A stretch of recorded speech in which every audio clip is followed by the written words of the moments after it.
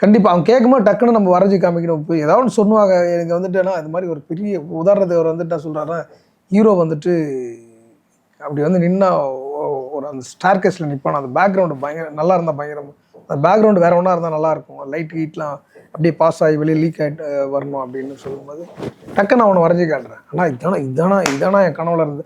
அத நான் என்ன வரைஞ்சேனோ அதுதான் அந்த செட்டு. அப்படியே அந்த நீங்க சார் அதுதான் சார். இப்ப நீங்க என்ன வரையறீங்களோ, அத அப்படியே தத்ரூபமா அந்த செட்டா போடுறதுன்றது கூட எவ்ளோ வேலை மெனக்கெடணும் இல்ல சார். அது நீங்க ஆமாமா. அது லைட்டிங் தானே சார் ரொம்ப இம்பார்ட்டன்ட். செட் போட்டுட்டா கூட அதுல போட்ட அந்த லைட்டிங் கூட matters a lot. Paint matters a lot. இது எல்லாமே ஒவ்வொரு விஷயமும் பார்க்கப்படணும்ல சார் அது. கண்டிப்பா. அதாவது நீங்க செட்டு அதான் அதோட சேர்ந்தது தான் அந்த வேலை. ஆக்சுவலா. அப்ப நம்ம வந்து செட்டா நம்ம வந்து டிசைன் பண்ணிறது மேட்டர் கிடையாது. Doesn't matter. ஆனா ஒரு கேமராமேனோட பார்வையில நீங்க அந்த அத வொர்க் பண்ணணும்.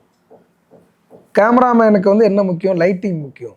அவன் லைட்ல ப்ளே பண்ணுவாங்க அவங்க. லைட்ல ஒரு அழகியல கொண்டு வராங்க. அந்த செட்ட லைட்ல தான் அழகா காட்ட ம், முடியும். ம். அப்ப லைட்டுக்கு ஒரு ஸ்பேஸ் நீங்க குடுக்கணும் செட்ல.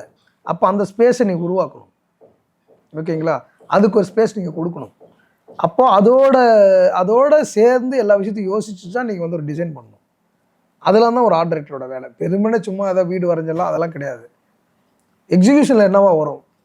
அது வந்து கடைசியா வந்துட்டு திரையில வந்து என்னவா வரப்போகுதுன்றது என் வேலை மட்டும் கிடையாதுல்ல. அதுல வந்து ஒரு டிஓபியோட வேலை இருக்கு, டைரக்டரோட வேலை இருக்கு. இதெல்லாம் இருக்குல்ல. இது சேர்ந்து தான் நம்ம அதுக்குள்ள டிசைன் பண்ணணும்.